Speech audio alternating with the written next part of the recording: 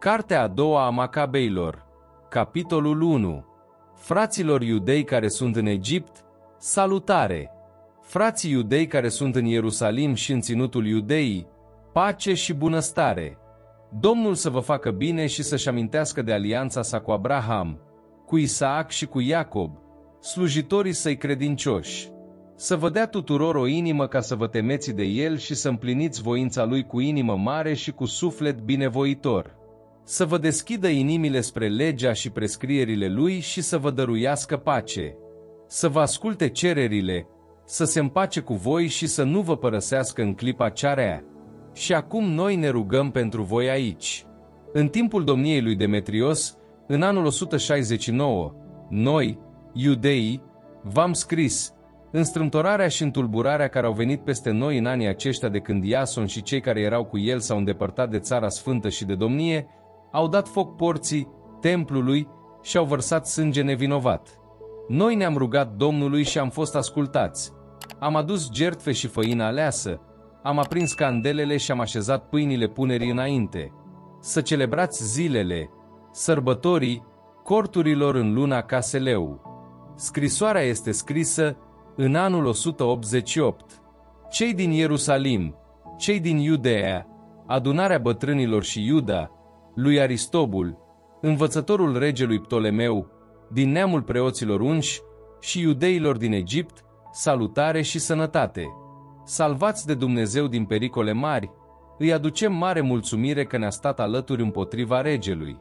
El însuși i-a alungat pe cei care s-au ridicat împotriva cetății sfinte, căci, ajungând în Persia conducătorul lor și cei care erau cu el cu o armată care părea de neînvins, au fost măcelăriți în templul zeiței Nanaia datorită înșelătoriei utilizate de preoții zeiței Nanaia, zicând Antioh că vrea să se căsătorească cu zeița. Antioh, împreună cu prietenii lui, s-a dus în locul acela ca să ia multe bogății ca zestre. Preoții zeiței Nanaia le-au scos în fața lui. Antioh, însoțit de puțini oameni, a intrat în incinta templului. Când a intrat Antioh, au închis templul, au deschis ușa ascunsă din tavan, au aruncat pietre asupra căpeteniei și, făcându-i bucăți și tăindu-le capetele, le-au aruncat celor de afară.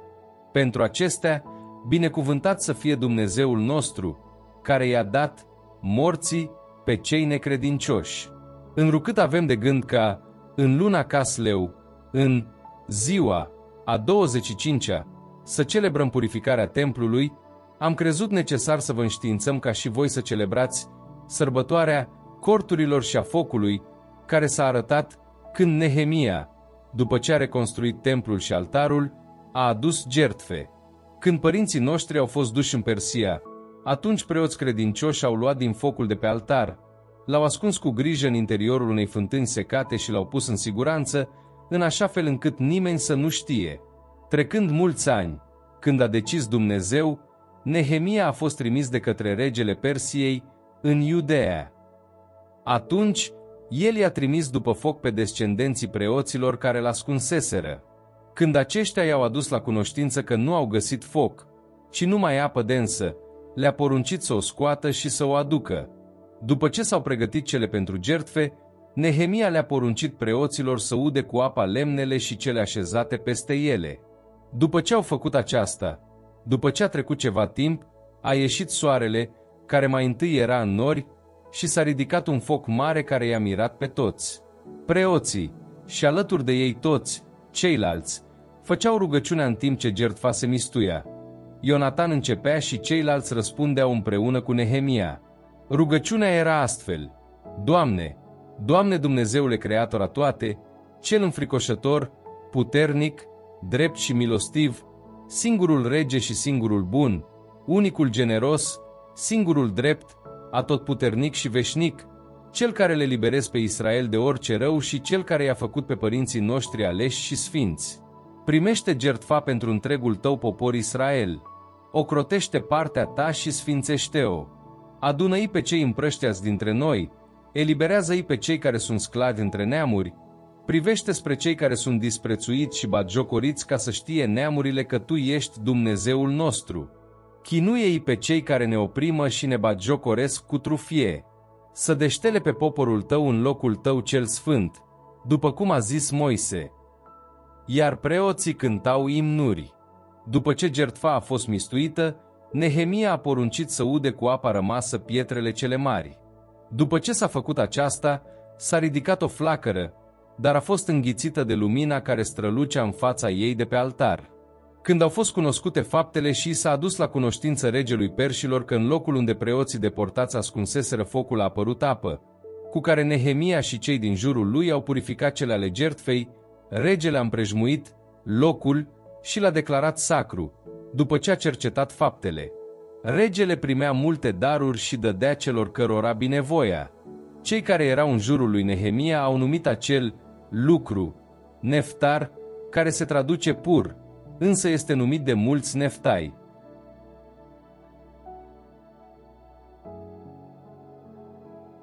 Cartea a doua a Macabeilor, capitolul 2.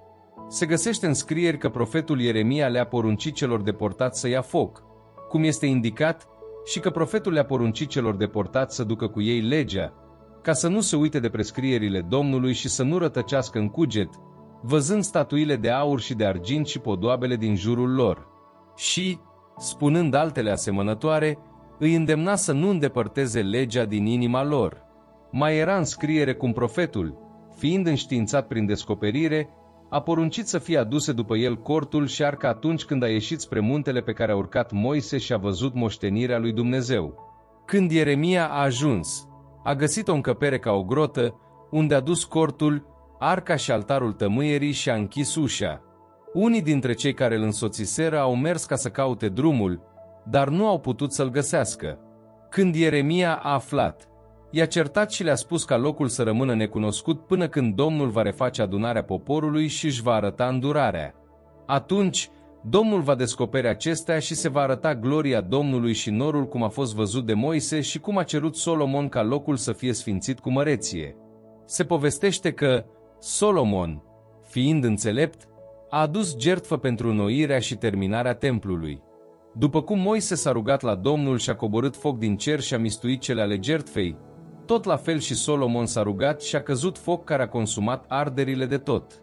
Și Moise a zis, pentru că nu s-a mâncat, jertfa pentru păcat a fost consumată. Tot la fel și Solomon a celebrat timp de 8 zile.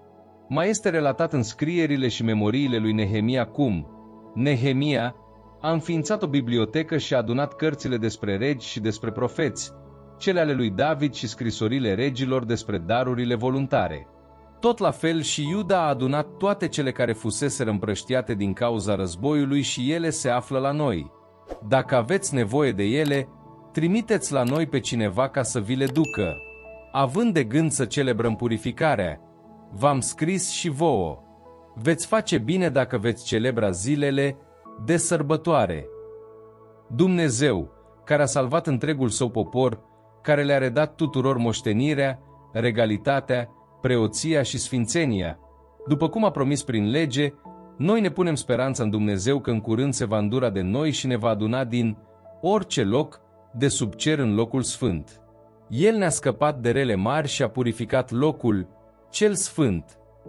Cele referitoare la Iuda Macabeul și la frații acestuia, la purificarea templului celui mare și la restaurarea altarului, ca și la războaiele împotriva lui Antioh Epifanul și ale fiului acestuia, Eupator, cele despre semnele care au venit din cer. Ei s-au luptat bărbătește pentru iudaism, cu mărinimie, încât, deși erau puțini, au capturat toată țara și au urmărit mulțimea barbară, au redobândit templul vestit în toată lumea, au eliberat cetatea, Ierusalim, și au restabilit legile care erau pe punctul de a fi desființate, întrucât Domnul s-a îndurat de ei cu toată bâlândețea. Cele expuse de către Iason din Cirene în 5 cărți, ne vom strădui să le rezumăm într-o singură carte. Considerând masa numerelor și cât este de greu pentru cei care vor voi să pătrundă povestirile acestor istorii din cauza mulțimii materiei, ne-am îngrijit să le dăm ceva plăcut celor care vor să citească, o ușurare celor care vor să cuprindă cu memoria și să fim de folos tuturor celor care se vor apropia de ea. Iar pentru noi, cei care am început această muncă a rezumării, nu este ușor, ci este lucru cu sudoare și nopți nedormite. Asemenea celui care pregătește un banchet, căutând să le facă plăcere altora, pentru a-i mulțumi pe mulți, cu bucurie ne asumăm truda. Lăsând în seama scriitorului descrierea fiecărui detaliu, ne vom strădui să urmăm contururile unui rezumat.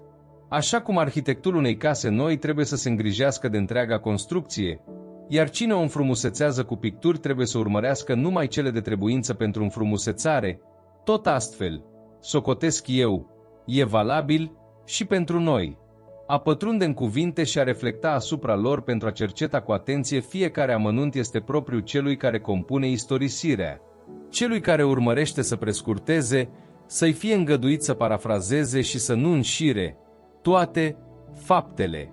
Să începem de aici povestirea, legând-o de cele spuse mai înainte, căci ar fi o prostie să te lungești înainte de istorisire, iar istorisirea s-o scurtezi.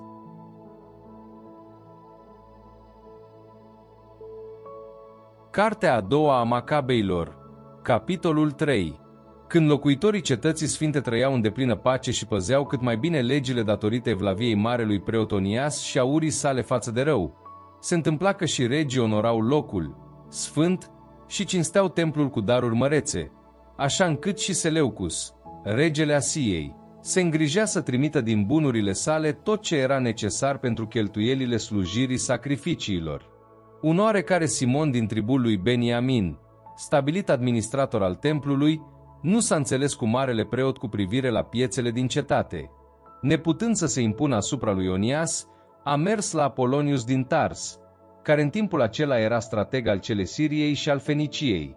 I-a relatat că vistieria din Ierusalim este plină de bogății de nedescris, încât mulțimea banilor nu poate fi numărată, că aceștia sunt cu mult peste necesitățile jertfelor și că toate pot ajunge în stăpânirea regelui.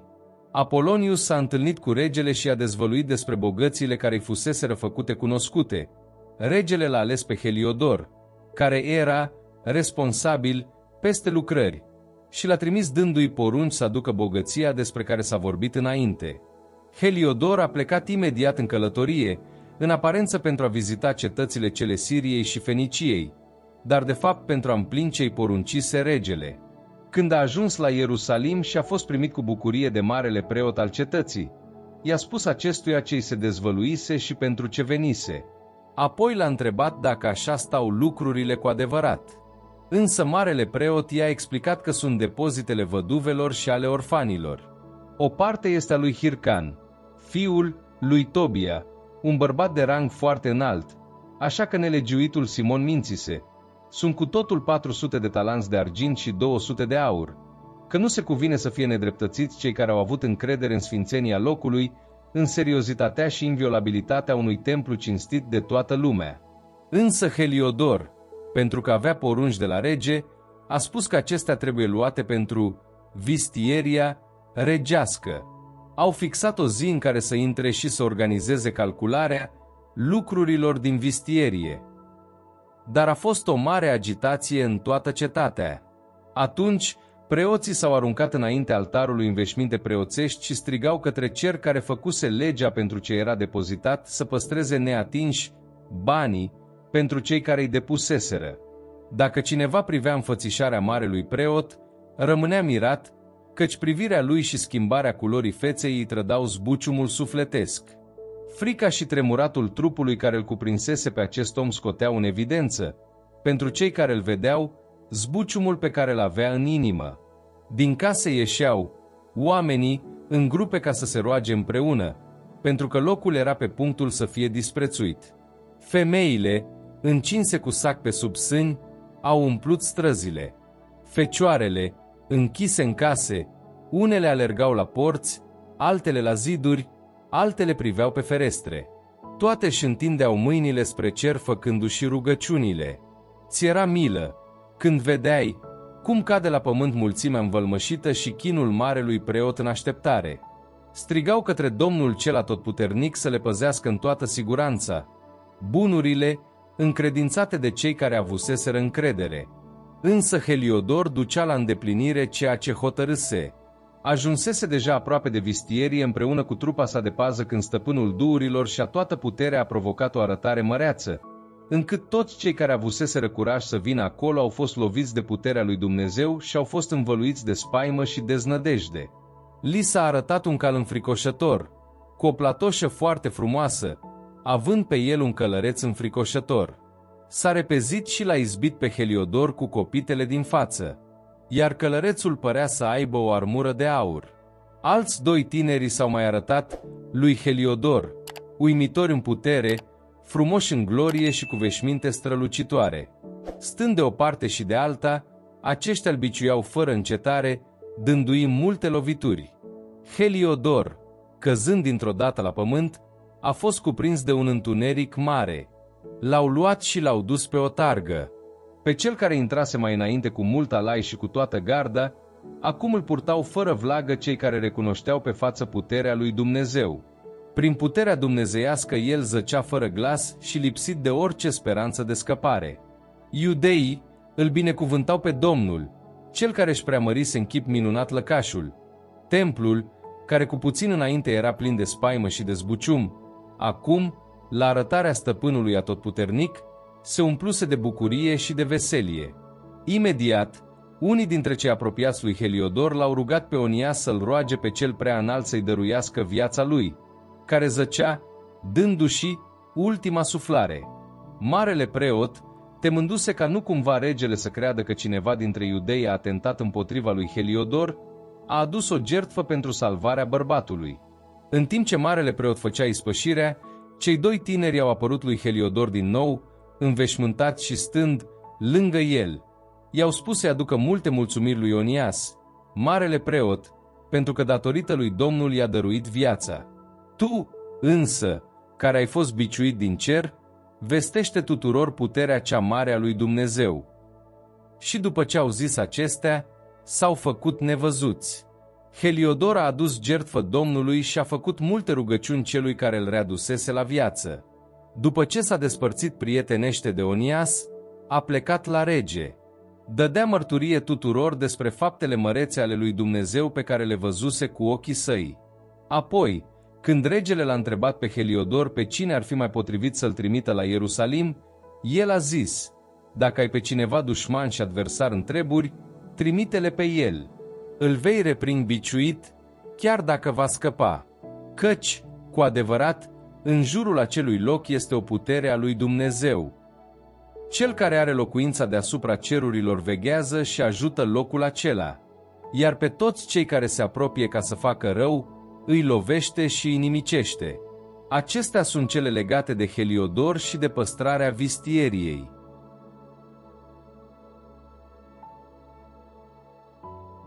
Cartea a doua a Macabeilor, capitolul 4.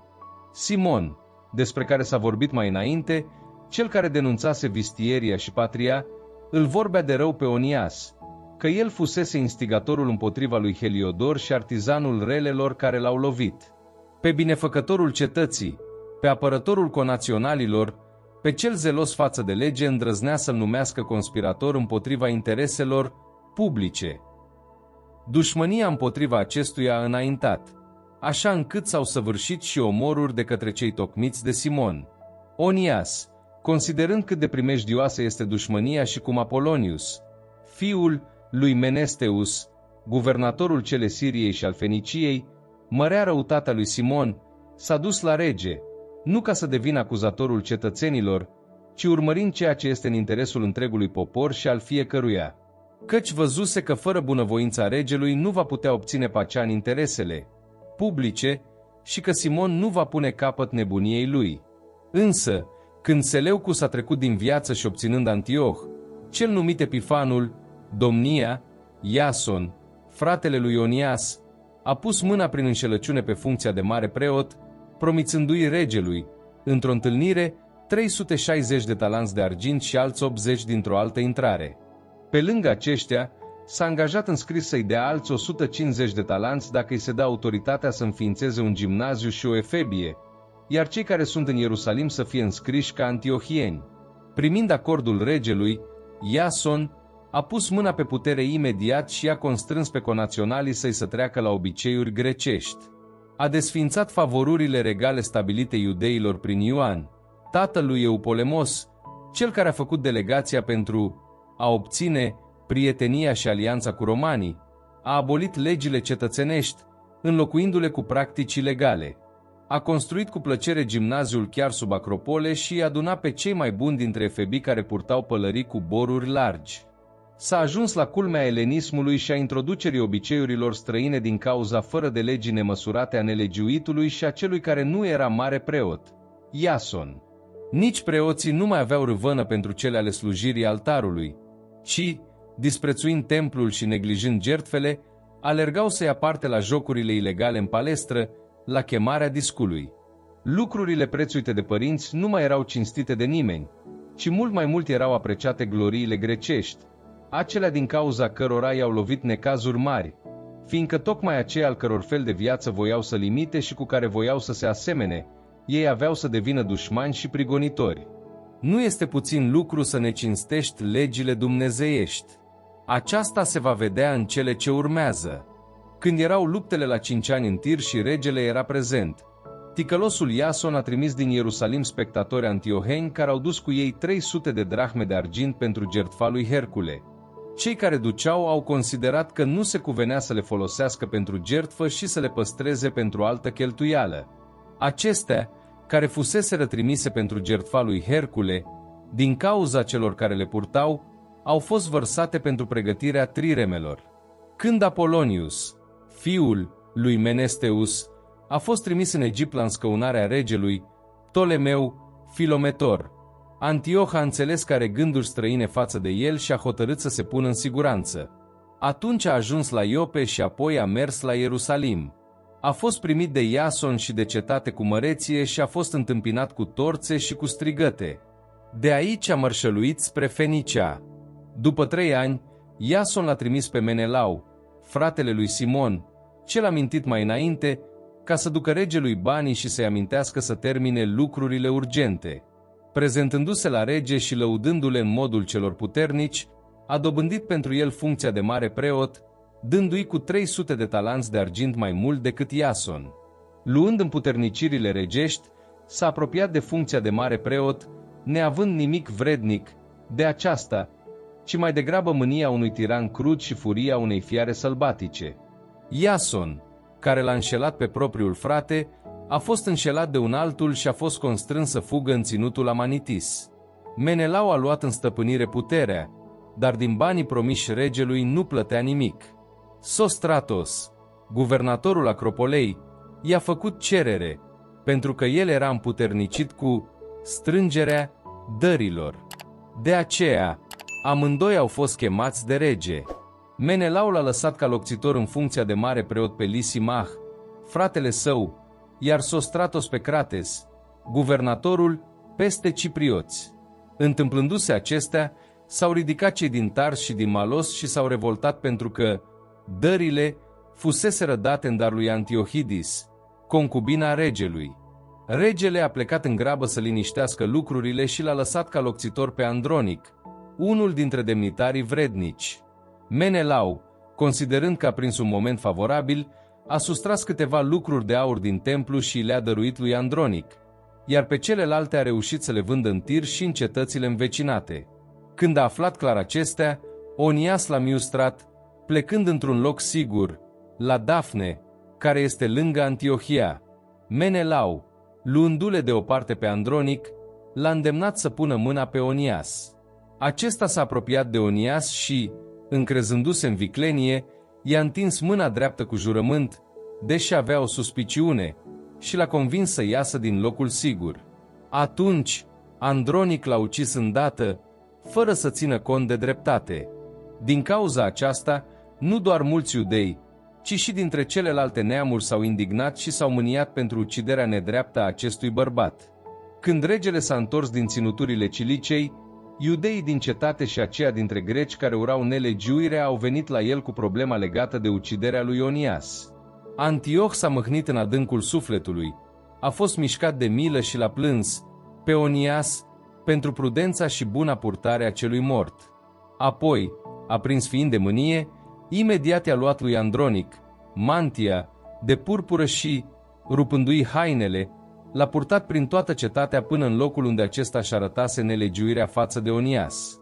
Acolo l-a scos din lumea aceasta pe ticălos și s-a împlinit pedeapsa dreaptă a Domnului, făcându-se multe sacrilegii în cetate de către Lisimah cu știrea lui Menelau. Când s-a răspândit vestea, mulțimea s-a adunat împotriva lui Lisimah pentru că multe obiecte de aur fuseseră deja împrăștiate. Mulțimea s-a ridicat cuprinsă de mânie. Lisimah a înarmat 3000 de oameni și a pornit atacuri nelegiuite sub conducerea unui oarecare Auranos, om înaintat în vârstă, dar și în nebunie. Dându-și seama de atacul lui Lisimah, unii au pus mâna pe pietre, alții pe pari groși, alții, luând cenușa care era acolo, aruncau de-a valma asupra oamenilor lui Lisimah. De aceea, pe mulți i-au rănit, pe alții i-au doborât, pe toți ceilalți i-au pus pe fugă, iar pe sacrileg au pus mâna lângă vistierie. Pentru acestea s-a pornit judecată împotriva lui Menelau. Când regele a ajuns la Tir, 3 bărbați trimiși de sfatul bătrânilor au apărat în fața regelui cauza lor împotriva lui Menelau. Fiind fără scăpare, Menelau i-a promis bani mulți lui Ptolemeu, fiul lui Dorimenes, ca să-l convingă pe rege. Ptolemeu, luându-le pe rege în portic ca pentru a se răcori, l-a făcut să-și schimbe părerea. Acesta l-a eliberat pe Menelau, cauza întregii nenorociri, iar pe bieții judecători, care ar fi fost lăsați liberi chiar dacă ar fi vorbit înaintea sciților, i-a condamnat la moarte. Imediat au avut de suportat o pedeapsă nedreaptă cei care au vorbit în favoarea cetății, a poporului și lucrurilor sfinte. De aceea, chiar și cei din Tir, care urau nelegiuirea, au contribuit cu dărnicie la înmormântarea lor. Menelau, din cauza lăcomiei celor puternici, a rămas în funcție și, crescând în răutate, a ajuns marele ticălos al concetățenilor lui.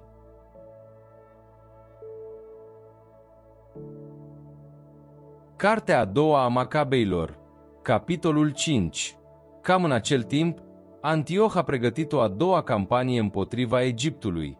S-a întâmplat că în întreaga cetate, aproape pentru 40 de zile, s-au arătat călăreți alergând în aer, cu veșminte aurite și înarmați cu sulițe și săbii scoase din teacă, grupări de călăreți așezate pentru bătălie, atacuri și incursiuni din ambele părți, scuturi agitate, mulțime de sulițe și săgeți azvârlite, sclipiri de armuri de aur și platoșe de tot felul.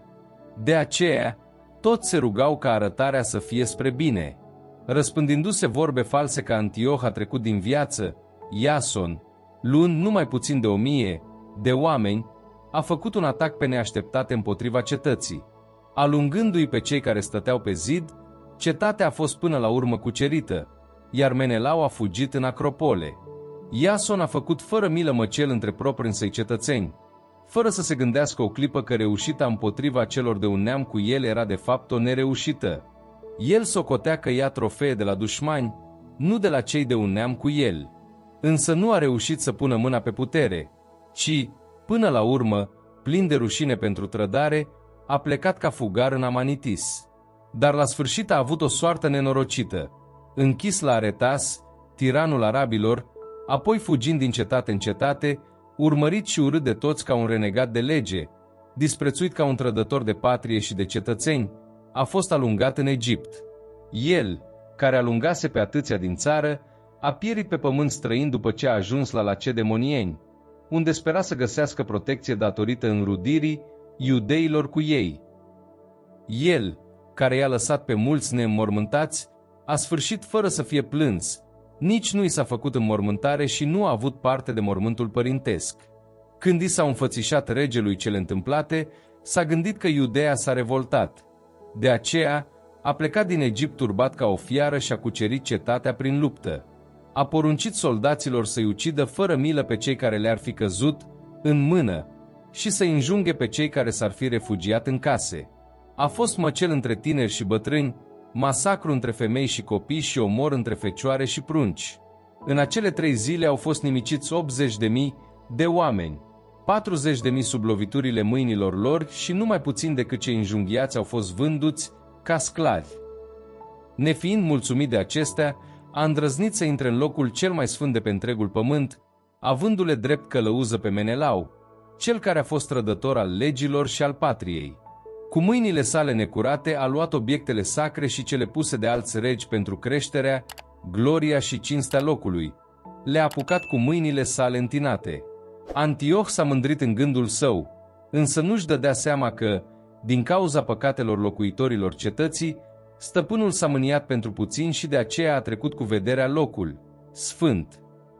Dacă poporul nu s-ar fi făcut vinovat de multe păcate, atunci, asemenea lui Heliodor, cel trimis de regele Seleucus ca să cerceteze vistieria, Antioh, imediat ce a intrat, ar fi fost biciuit și și-ar fi pierdut îndrăzneala. Dar Domnul nu a ales poporul de dragul locului, ci locul de dragul poporului. De aceea, însuși locul sfânt, după ce a fost lovit împreună cu poporul de nenorociri, a fost părtaș mai târziu la binefaceri și, fiind părăsit în mânia celui atotputernic, a fost restabilit cu toată gloria când stăpânul cel mare s-a împăcat cu poporul. După ce Antioh a luat 1800 de talanți din templu, a plecat în grabă la Antiohia, crezând întrufia și în semeția inimii că poate să meargă ca pe mare pe pământ și să meargă, în picioare, pe mare. I-a lăsat locțitori la Ierusalim pe Filip, frigian după neam și, după fire, mai barbar decât cel care îl stabilise, în Garizim pe Andronic și, pe lângă aceștia, pe Menelau, care mult mai mult decât ceilalți se ridica deasupra cetățenilor, având tendință de ură împotriva cetățenilor iudei. L-a trimis pe Apolonius, misarhul, cu o armată de 22.000 de oameni, poruncindu-le să înjunghe pe toți tinerii, iar pe femei și pe copii să-i vândă ca sclavi. Acesta a ajuns la Ierusalim și, prefăcându-se care gânduri de pace, a așteptat până în sfânta zi de sabat. Atunci, prinzându-i pe iudei în odihnă, le-a poruncit celor care erau cu el să-și ia armele și pe toți cei care ieșiseră să vadă să-i măcelărească. Apoi, năvălind în cetate cu arme, a doborât o mare mulțime. Iuda Macabeul, împreună cu vreo 10 tovarăși, retrăgându-se în pustiu, își ducea viața în munți în felul fiarelor împreună cu cei care erau cu el. Se hrăneau numai cu ierburi, ca să se ferească de impuritate.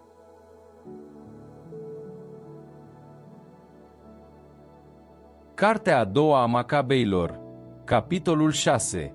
Nu după mult timp, regele a trimis un bătrân atenian ca să-i forțeze pe iudei să se îndepărteze de legile părintești și să nu mai trăiască după legile lui Dumnezeu, să profaneze templul din Ierusalim și să-l închine lui Zeus din Olimp, iar pe cel din Garizim, după cum ceruseră locuitorii din zonă, lui Zeus cel ospitalier. Invazia răului era apăsătoare și de neîndurat chiar și pentru mulțimi. Templul era plin de deseferânările și petrecerile neamurilor care se desfătau cu desfrânate, se apropiau de femei chiar și în curțile sfinte și aduceau înăuntru lucruri care nu se cuveneau. Altarul era plin de lucruri nelegiuite, condamnate de legi. Nu se puteau celebra nici zilele de sâmbătă și nici sărbătorile părintești și nici să mărturisești că ești iudeu. Din contră, erau duși cu aspră violență în fiecare lună, de ziua regelui, să mănânce din ospățul ritual, iar când venea sărbătoarea lui Dionisos să poarte coroane de iederă, luând parte la alaiul în cinstea lui Dionisos. Prin instigarea venită de la locuitorii din Ptolemais, s-a dat un decret ca în cetățile grecești învecinate să se ia aceleași măsuri față de iudei, ca să ia parte și ei la ospățul ritual. Iar cei care nu decideau să treacă la obiceiurile grecești să fie omorâți. Se vede astfel care era pericolul iminent. Au fost aduse 2 femei care își tăiaseră copiii împrejur. Le-au fost atârnați la sâmpruncii și au fost purtate prin cetate în public. Apoi au fost aruncate de pe ziduri. Alții, care se adunaseră pe ascuns în peșteri ca să celebreze ziua a 7-a, au fost denunțați lui Filip și au fost arși de vii împreună, refuzând să se apere din respect față de solemnitatea zilei. Îi rog pe cei care se apropie de această carte să nu se descurajeze din cauza celor întâmplate, ci să considere că pedepsele nu sunt spre distrugerea, ci spre educarea neamului nostru. Căci a nu-i lăsa mult timp, nepedepsiți, pe cei păcătoși, ci ai lovi imediat cu pedepse este un semn de mare bunăvoință. Cu celelalte neamuri, stăpânul așteaptă cu răbdare și nu le pedepsește până când nu împlinesc măsura păcatelor însă nu tot așa a judecat să facă cu noi, ca nu cumva, ajungând noi la capătul păcatelor, să ne pedepsească la urmă. De aceea, niciodată îndurarea nu se îndepărtează de noi, ci chiar și atunci când ne miustră cu nenorociri, El nu-și părăsește poporul. Să ne fie suficient că am pomenit acestea. După aceste câteva cuvinte, trebuie să ne întoarcem la povestire. Era un oarecare Eleazar, un bărbat dintre scribii de frunte, înaintat în vârstă și foarte frumos la chip. Pe acesta îl forțau să deschidă gura ca să mănânce carne de porc. Alegând o moarte glorioasă mai degrabă decât o viață de ocară, a mers de bunăvoie la chinurile roții, scuipând din gură carnea, așa cum se cuvine să facă cei care au tăria să îndepărteze ceea ce nu este permis a gusta, chiar dacă le este dragă viața. Cei care supravegheau ospățul ritual nelegiuit, deoarece îl cunoșteau de multă vreme, l-au luat deoparte și îl rugau să îi se dea carne pe care avea voie să o mănânce și pregătită de el însuși și să se prefacă doar că mănâncă din carnea jertfită așa cum poruncise regele, făcând astfel să scape de moarte și să se bucure de omenie. Aceasta, datorită prieteniei sale vechi cu ei. Dar el, socotind cu nobilă înțelepciune, vrednică de vârsta sa și de autoritatea pe care i-o dădea bătrânețea, de strălucita sa căruntețe și de purtarea sa frumoasă încă din copilărie, dar mai ales de legea sfântă dată de Dumnezeu, a răspuns pe față că pot să-l trimită imediat în locuința morților. Nu este demn de vârsta noastră să ne prefacem, în așa fel încât mulți dintre tineri, crezând că Eleazar, la 90 de ani, a trecut la obiceiurile străinilor și ei, din cauza ipocriziei mele și, pentru acest mic rest de viață, să fie înșelați, iar eu să mă atrag la bătrânețe ocară și necinste. Chiar dacă aș fi eliberat în prezent de pedeapsa oamenilor, din mâinile celui atotputernic nu voi scăpa nici viu, nici mort. De aceea, părăsind cu bărbăție viața, mă voi arăta vrednic de bătrânețea mea. Iar tinerilor le voi lăsa exemplu nobil de amur de bunăvoie și cu cinste pentru legile nobile și sfinte. Spunând acestea, a mers îndată spre chinurile roții. Cei care îl duceau și-au schimbat îndată bunăvoința pe care i-o arătaseră cu puțin înainte în dușmănie, din cauza cuvintelor spuse de el, considerând că sunt nebunii. Dar el, pe când se sfârșea sub lovituri, a zis suspinând, în cunoașterea lui sfântă, Domnul știe clar că, deși puteam scăpa de moarte, îndur în trupul meu dureri cumplite din cauza loviturilor de bici, dar în sufletul meu le îndur cu bucurie datorită fricii mele față de el. Astfel a trecut din viață acest om, lăsând prin moartea lui nu numai tinerilor, ci și celor mai mulți din neamul lui un exemplu de noblețe și amintire a virtuții.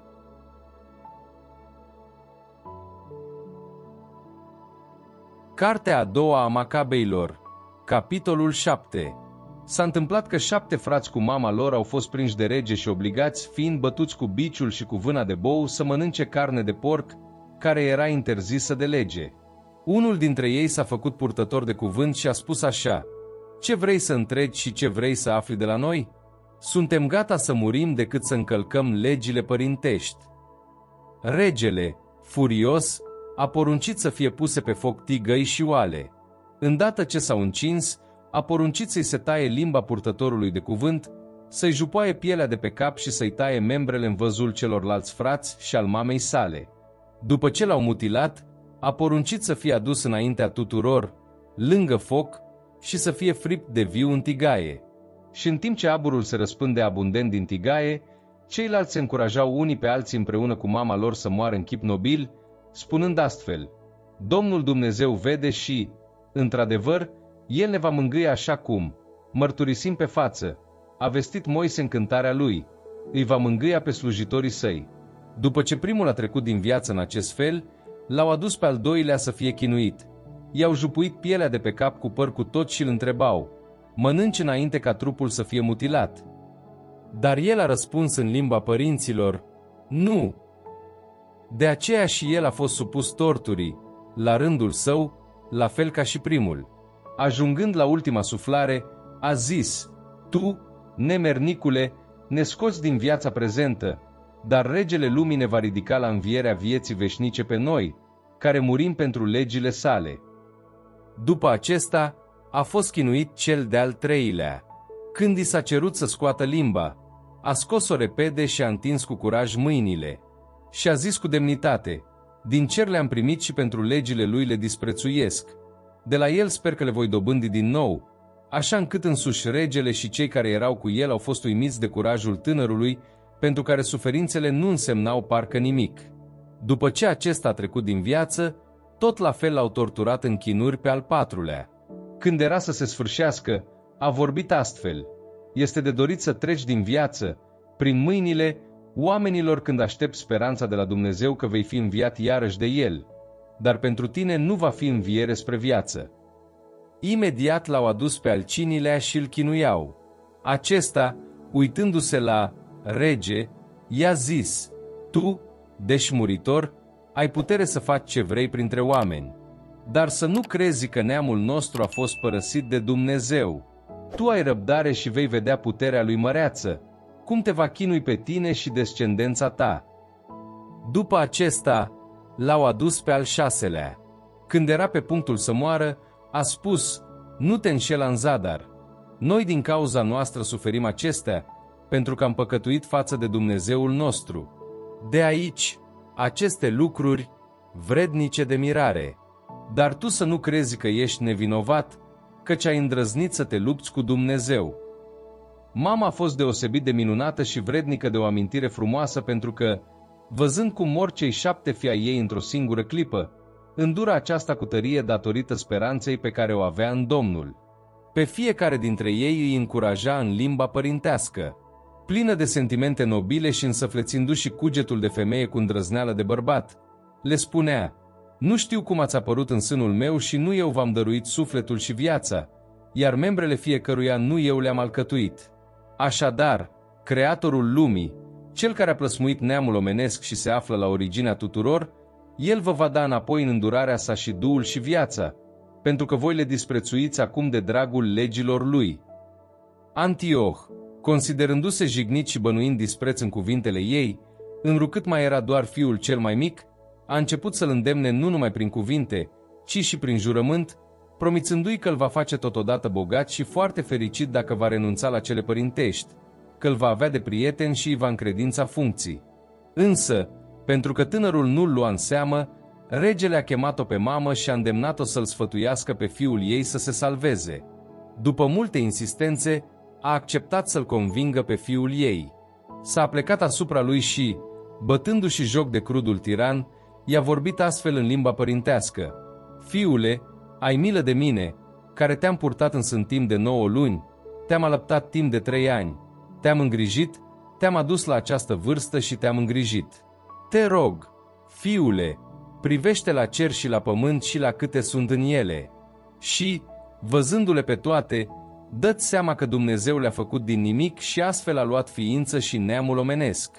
Nu te teme de călăul acesta, ci fii vrednic de frații tăi. Primește moartea, ca să te redobândesc împreună cu frații tăi în ziua îndurării. Pe când ea mai vorbea, tânărul a spus: ce așteptați?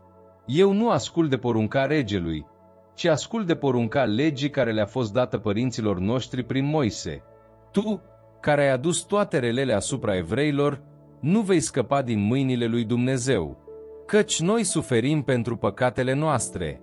Dacă pentru miustrarea și educarea noastră Domnul s-a mâniat pentru scurt timp pe noi, se va împăca din nou cu slujitorii săi. Iar tu, nemernicule, cel mai ticălos dintre toți oamenii, nu te bucura în zadar, semețindu-te cu speranțe deșarte că poți ridica mâna împotriva slujitorilor cerului, căci încă nu ai scăpat de judecata celui atotputernic care le vede pe toate. Frații noștri, suferind acum un scurt timp pentru viața veșnică, au căzut pentru alianța lui Dumnezeu. Tu, prin judecata lui Dumnezeu, vei primi condamnarea cuvenită trufiei tale. Eu, asemenea fraților mei, îmi dau trupul și sufletul pentru legile părintești, invocându-le pe Dumnezeu să se îndure grabnic de neamul nostru, iar pe tine, prin încercări și bice, să te facă să recunoști că El este singurul Dumnezeu. La mine și la frații mei să se oprească mânia celui atotputernic pe care, pe drept, a dezlănțuit-o asupra neamului nostru întreg. Regele s-a înfuriat și a fost mai crud decât cu ceilalți, pentru că i-au părut amare batjocurile. Astfel, a trecut din viața acesta având deplină încredere în Domnul. Ultima, după fi, a trecut din viață și mama. Despre ospețele rituale și despre chinurile cumplite, să fie suficiente acestea.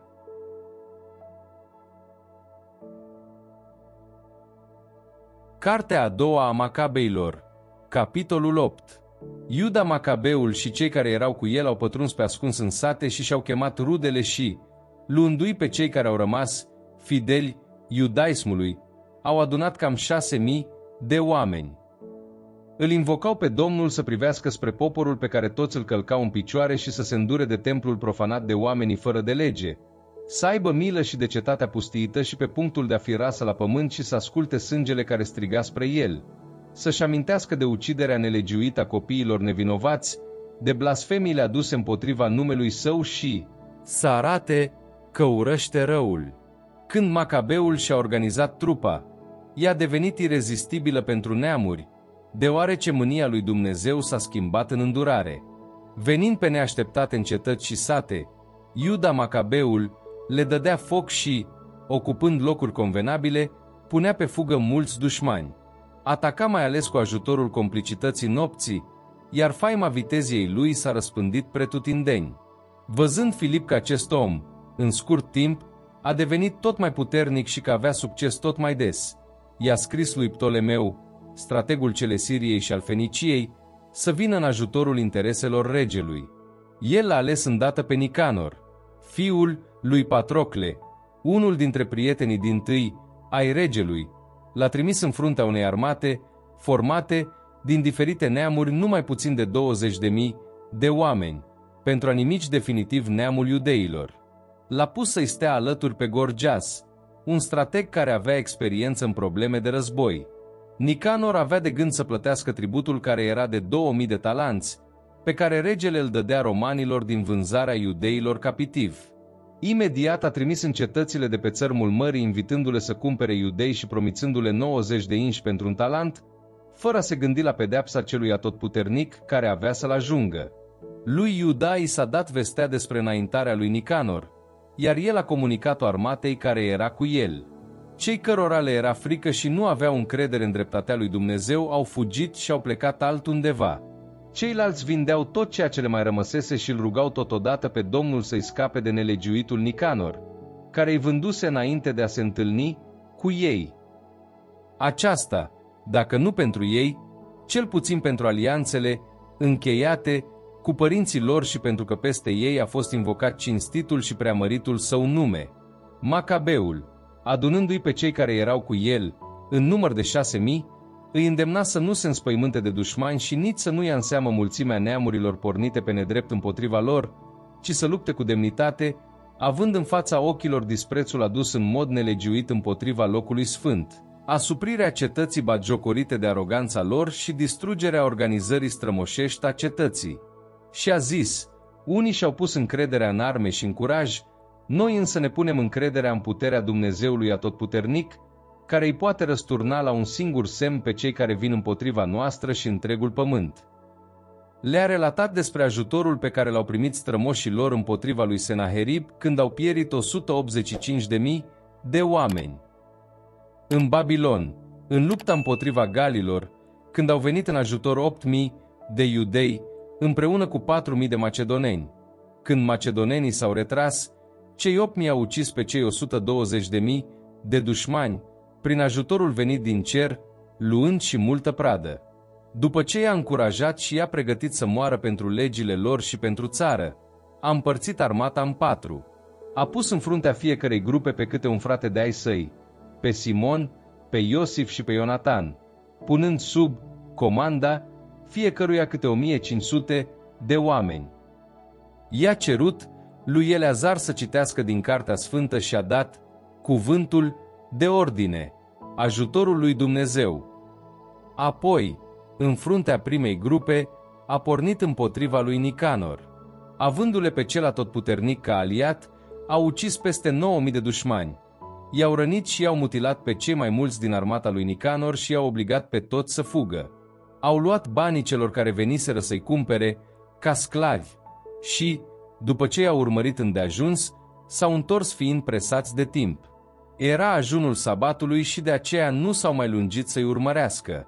După ce au adunat armele dușmanilor și i-au despuiat, au celebrat sabatul binecuvântându-le cu prisosință și lăudându-le pe Domnul, care i-a dusese teferi până în ziua aceea, rânduind-o ca început al îndurării față de ei. După sabat, au împărțit din pradă celor mutilați, văduvelor și orfanilor, iar ce a rămas au împărțit între ei și copiii lor. După ce au făcut acestea, au rostit o rugăciune comună, cerându-i Domnului celui îndurător să se împace pentru totdeauna cu slujitorii săi. Apoi, luptând împotriva lui Timotei și Bahides, au ucis mai mult de 20.000 de dușmani și au cucerit cu mare ușurință fortărețe înalte. După aceea, au împărțit prada bogată în 2 părți egale, una pentru ei, iar cealaltă pentru cei mutilați, pentru orfani și pentru văduve, ba chiar și pentru bătrâni. Au adunat cu grijă armele de la ei, le-au așezat pe toate în locuri potrivite, iar restul prăzilor le-au dus la Ierusalim. L-au ucis pe filarhul oamenilor lui Timotei, un bărbat foarte nelegiuit, care le adusese multe nenorociri iudeilor. În timp ce se celebra victoria în patrie, i-au ars pe cei care dăduseră foc porților sfinte și pe Calistenes, care fugise într-o căsuță. Astfel, ei și-au primit răsplata pentru nelegiuirea lor. Iar cel de 3 ori ticălosul Nicanor, care îi adunase pe cei 1000 de negustori pentru vânzarea iudeilor, umilit cu ajutorul Domnului de către cei pe care îi considera că sunt de nimic, și-a aruncat veșmântul de glorie și, pornind singur ca un sclav fugar în pustiu, a ajuns la Antiohia, încă prea norocos după distrugerea armatei. El, care le promisese romanilor tributul din vânzarea captinilor de la Ierusalim, acum le vestea tuturor că iudeii au un apărător și că sunt de neînvins iudeii, pentru că ei urmează legile prescrise lor de acesta.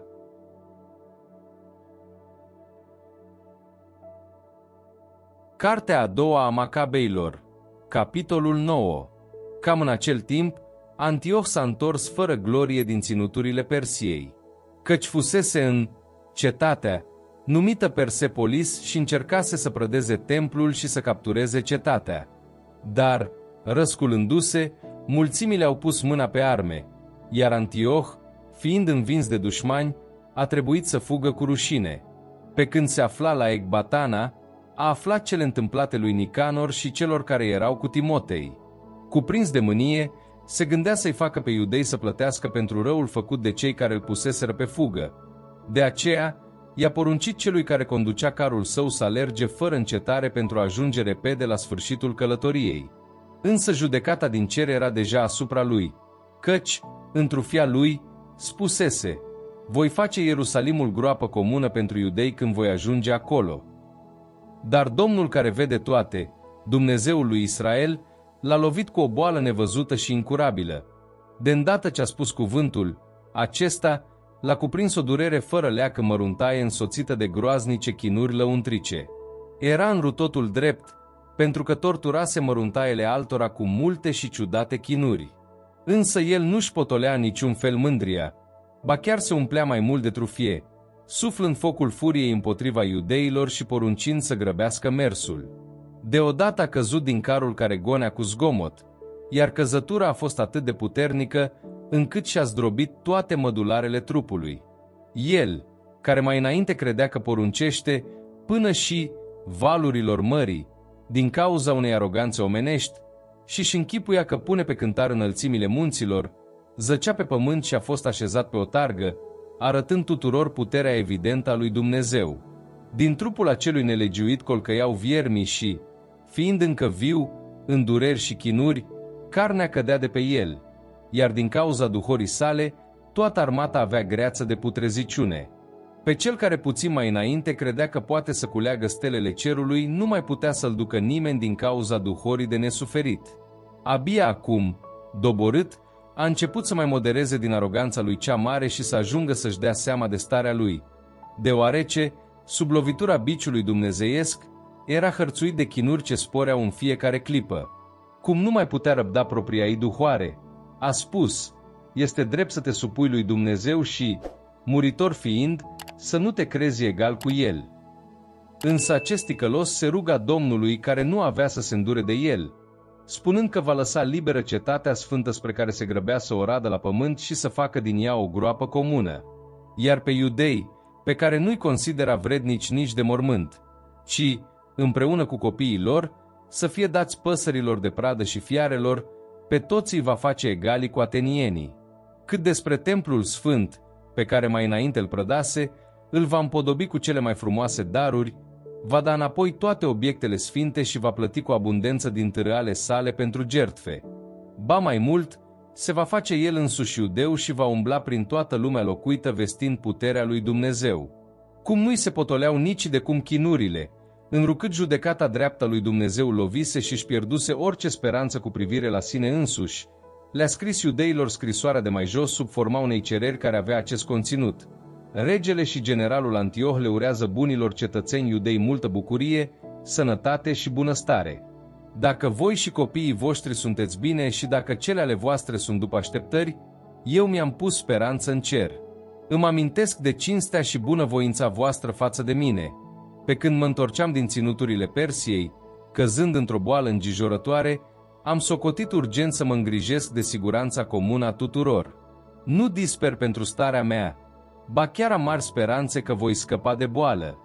Dar considerând că și tatăl meu, când făcea expediții în ținuturile de sus, își desemna urmașul, pentru că, dacă s-ar fi întâmplat ceva neprevăzut sau s-ar fi vestit vreo nenorocire, cei din țară, știind cui sunt încredințate treburile, să nu se tulbure văzând că cei puternici din apropiere și vecini cu regatul nostru pândesc momentul și așteaptă să vadă ce va urma. L-am lăsat în locul meu ca rege pe Antioh, fiul meu, pe care de multe ori, având de pornit în grabă spre satrapiile de sus, l-am încredințat și recomandat celor mai mulți dintre voi, iar lui i-am scris cele de mai jos.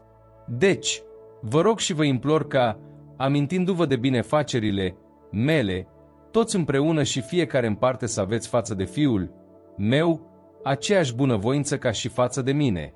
Sunt încredințat că el, împlinind această decizie cu bâlândețe și dragoste de oameni, se va înțelege bine cu voi. Însă, acest ucigaș și blasfemiator, suferind chinuri foarte mari așa cum i-a chinuit el pe alții, a murit între străini în munți într-un mod jalnic. Filip, prietenul său apropiat, i-a adus trupul, dar, temându-se de fiul lui, Antioh, a fugit în Egipt la Ptolemeu Filometor.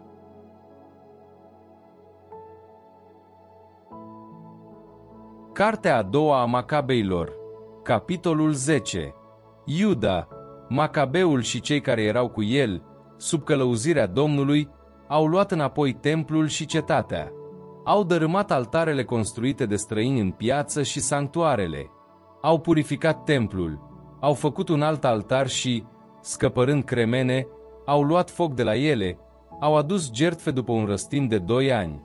Au ars tămâie, au aprins candele și au așezat pâinile punerii înainte. După ce au făcut acestea, l-au rugat pe Domnul căzând la pământ să nu-i mai lase să cadă în astfel de nenorociri și, chiar dacă vor mai păcătui vreodată, să fie pedepsiți de el cu bâlândețe, dar să nu fie dați pe mâna neamurilor blasfemiatoare și barbare. Chiar în ziua în care templul fusese profanat de străini, în aceeași zi s-a întâmplat purificarea templului, în ziua a 25-a aceleiași luni, care este Casleu. Au celebrat cu bucurie timp de 8 zile, ca la sărbătoarea corturilor, amintindu-și că puțin timp mai înainte celebraseră sărbătoarea corturilor în munți și peșteri precum animalele sălbatice. Și, având toiege, ramuri verzi și de palmier, înălțau imnuri celui care a dus la bun sfârșit purificarea locului său. Au stabilit prin hotărâre comună și prin vot, pentru tot neamul iudeilor, să celebreze în fiecare an aceste zile. Acesta a fost sfârșitul lui Antioh, cel numit Epifanul. Acum vom prezenta cele întâmplate sub Antioh Eupator, fiul nelegiuitului Antioh Epifanul, limitându-ne la nenorocirile legate de războaie. Acesta, după ce a primit domnia, l-a numit ca mare strateg pe Lisias peste treburile din Celesiria și Fenicia. Ptolemeu, numit Macron, Cel dintâi în a respecta dreptatea față de iudei din cauza nedreptății la care fuseseră supuși, încercase să se poarte pașnic cu ei. Când a fost acuzat de către prieteni la Eupator și auzind de fiecare dată că este numit trădător, înrucât părăsise Ciprul, care-i fusese încredințat de Filometor, și trecuse de partea lui Antioh Epifanul, pentru că nu-și mai putea ține autoritatea, și-a luat viața otrăvindu-se. Apoi Gorgias a devenit strategul acestor locuri, ținea mercenari și cu orice ocazie făcea război împotriva iudeilor.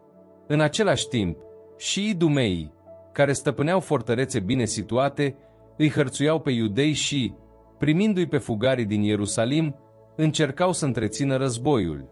Dar cei care erau cu Iuda, Macabeul, făcând rugăciuni, l-au rugat pe Domnul să le fie aliat și s-au năpustit asupra fortărețelor idumeilor. Atacându-le puternic, le-au cucerit. Au ținut piept tuturor celor care erau pe zid și i-au ucis pe cei care le cădeau în mână. Cei uciși au fost numai puțin de 20.000. Numai puțin de alți 9.000 au fugit în 2 turnuri întărite, având toate cele necesare pentru asediu. Iuda, Macabeul i-a lăsat pentru a asedia locurile pe Simon și pe Iosif, precum și pe Zaheu și pe cei care erau împreună cu el, suficienți pentru asediu, iar el a plecat. Dar cei care erau cu Simon, atrași de argint, au fost îndupălecați cu bani 70.000 de drahme de unii dintre cei care erau în turnuri și le-au permis unora să fugă. Când Macabeului i s-au adus la cunoștință cele întâmplate, a adunat căpeteniile poporului, acuzându-le că și-au vândut frații pentru argint, dându-le drumul dușmanilor împotriva lor. I-a ucis pe acești trădătorii și a cucerit îndată cele 2 turnuri. Pentru că toate îi reușeau, în ceea ce privește armele, a nimicit în cele 2 turnuri mai mult de 20.000. Timotei, cel care fusese înfrânt mai înainte de iudei, adunând armate străine în număr mare și strângând nu puțin cai aduși din Asia, a venit ca să cucerească Iudeea. Cei din jurul Macabeului, la apropierea lui, se rugau lui Dumnezeu punându-și cenușă pe capete și încinându-se cu sac. Căzând la picioarele altarului, îl rugau să se îndure de ei și să fie dușmanul dușmanilor lor și potrivnicul potrivnicilor lor, așa cum spunea legea. Când au terminat rugăciunea, au luat armele și au ieșit din cetate o bună bucată de drum și, când s-au apropiat de dușmani, s-au oprit. Chiar la răsăritul soarelui, cele 2 armate s-au ciocnit, unii având garanția succesului și a victoriei, pe lângă curaj, încrederea în Domnul, în timp ce pe ceilalți îi determina doar furia. Când bătălia era în toi, le-au apărut dușmanilor din cer 5 bărbați magnifici pe cai cu frâie de aur care s-au așezat în fruntea iudeilor. Luându-le pe Macabeu la mijloc și acoperindu-le cu armurile lor, îl păzeau să nu fie străpuns, iar asupra potrivnicilor aruncau trăsnete și fulgere. Pentru aceasta, dușmanii, copăleșiți de orbire, se împrășteau într-o deplină confuzie. Au fost uciși 20.500 de pedestrași și 600 de călăreți. Însuși Timotei a fugit în fortăreața numită Gazara, care era foarte bine păzită. Acolo era strateg Haireas. Cei care erau cu Macabeul au asediat cu elan fortăreața timp de 4 zile. Cei din interior, încrezători în tăria locului, pronunțau blasfemii peste măsură și aruncau cuvinte nelegiuite. Când s-a ivit ziua a 5-a, 20 de tineri dintre cei care erau cu Macabeul, aprinși de mânie din cauza blasfemiilor, s-au cățărat cu curaj pe zid și cu o furie de fiară îi loveau pe cei care le cădeau în cale. Alții, la fel, cățărându-se, i-au atacat pe cei dinăuntru printr-o manevră de diversiune, au dat foc turnurilor, au aprins ruguri și i-au ars de vii pe blasfemiatorii. Iar alții, după ce au dărâmat porțile și au făcut să intre restul armatei, au pus mâna pe cetate. I-au ucis pe Timotei, care se ascunsese într-o cisternă, pe Haireas, fratele lui, și pe Apolofanes. După ce au făcut acestea, l-au binecuvântat cu imnuri și cu laude pe Domnul cel Mare, care făcuse bine Israelului și dăduse victorie.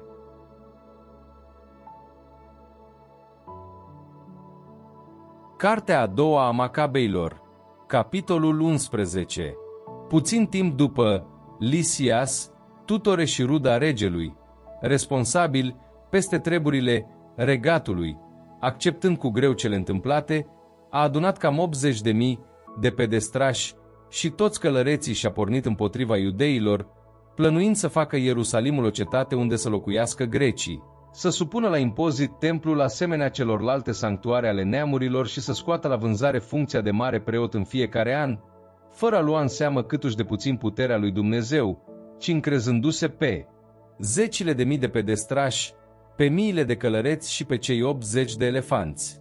A venit în Iudeea și s-a apropiat de Baițur, loc întărit, aflat cam la 5 stadii de Ierusalim, și a început să-l asedieze. Când cei care erau cu Iuda, Macabeul, au aflat că Lisias bate cetățile, au început cu suspine și lacrimi să se roage Domnului împreună cu mulțimea să-l trimită pe îngerul cel bun ca să-l salveze pe Israel. Însuși Macabeul a pus cel dintâi mâna pe arme și i-a încurajat pe ceilalți să-i ajute pe frații lor aflați în pericol. Și toți împreună s-au avântat cu entuziasm. Fiind încă în Ierusalim, li s-a arătat mergând înaintea lor un călăreț în haine albe, zângănindu-și armele de aur. Atunci, toți împreună l-au binecuvântat pe Dumnezeul cel îndurător și au prins curaj, fiind pregătiți să străpungă nu numai oameni, ci și fiarele cele mai sălbatice și ziduri de fier. Înaintau în linie de luptă împreună cu aliatul, venit din cer, întrucât Domnul se îndurase de ei. Năpustindu-se ca niște lei asupra dușmanilor, au doborât la pământ 11.000 de pedestrași, 1.600 de călăreți, iar pe ceilalți i-au pus pe fugă. Cei mai mulți dintre ei au scăpat cu răni și dezbrăcați. Însuși Lisias a scăpat fugind în chip rușinos. Dar cum nu era lipsit de minte, s-a gândit la înfrângerea care i s-a întâmplat și a înțeles că evreii sunt de neînvins, pentru că Dumnezeul cel puternic este aliatul lor. Le-a trimis mesageri ca să se înțeleagă în toate cele drepte, garantându-le că îl va convinge și îl va constrânge pe rege să le fie prieten. Macabeul a fost de acord cu toate câte le propunea Lisias, gândindu-se la ce era de folos tuturor. Și toate cele pe care Macabeul le trimisese lui Lisias în scris cu privire la iudei au fost aprobate de rege. Scrisoarea pe care Lisias le-a trimis-o iudeilor era scrisă astfel: Lisias, mulțimii iudeilor, sănătate! Ioan și Abesalom, trimișii voștri, mi-au mânat în scrisul de mai jos și m-au rugat cu privire la cele cuprinse în el. Cele care trebuiau să-i fie transmise regelui, i le-am făcut cunoscute, iar el a fost de acord cu ceea ce se cuvenea. Dacă veți păstra bunăvoință față de treburile țării, mă voi strădui și pe mai departe să fiu în slujba binelui vostru. Cât despre acestea și despre detalii, am dat porunci a lor voștri și a lor mei să discute cu voi. Fiți sănătoși! Anul 148, ziua a 24-a lui Dioscor. Scrisoarea regelui avea acest conținut: Regele Antioh, fratelui Lisias, sănătate! După ce tatăl nostru s-a mutat la zei, voi noi ca toți cei din regat să fie liniștiți ca să se poată ocupa de cele ale lor. Întrucât am auzit că iudeii nu vor să se supună hotărârii tatălui meu de a trece la obiceiurile grecești, ci își urmează propriul mod de viață, cer să li se permită datinile proprii. Deoarece vrem ca acest neam să fie în afara oricărei tulburări, am hotărât să li se dea înapoi templul și să trăiască după obiceiurile strămoșilor lor.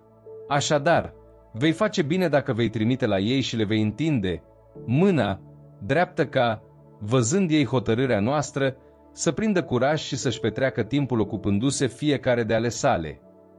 Iar scrisoarea regelui către popor era aceasta: Regele Antioh, către sfatul bătrânilor iudeilor și către ceilalți iudei, sănătate!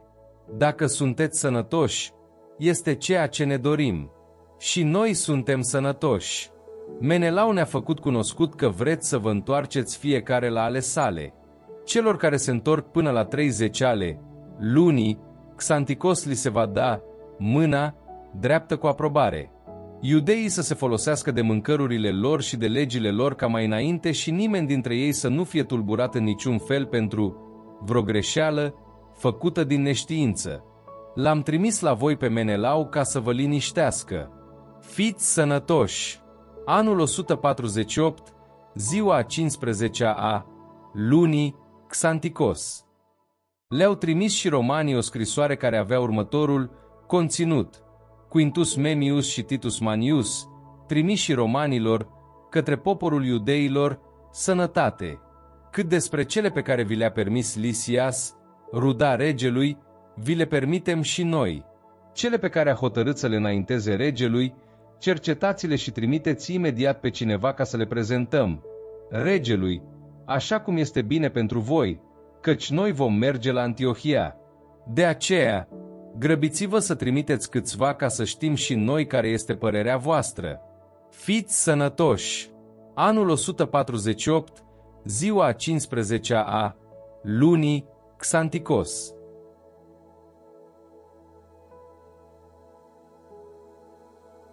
Cartea a doua a Macabeilor, capitolul 12.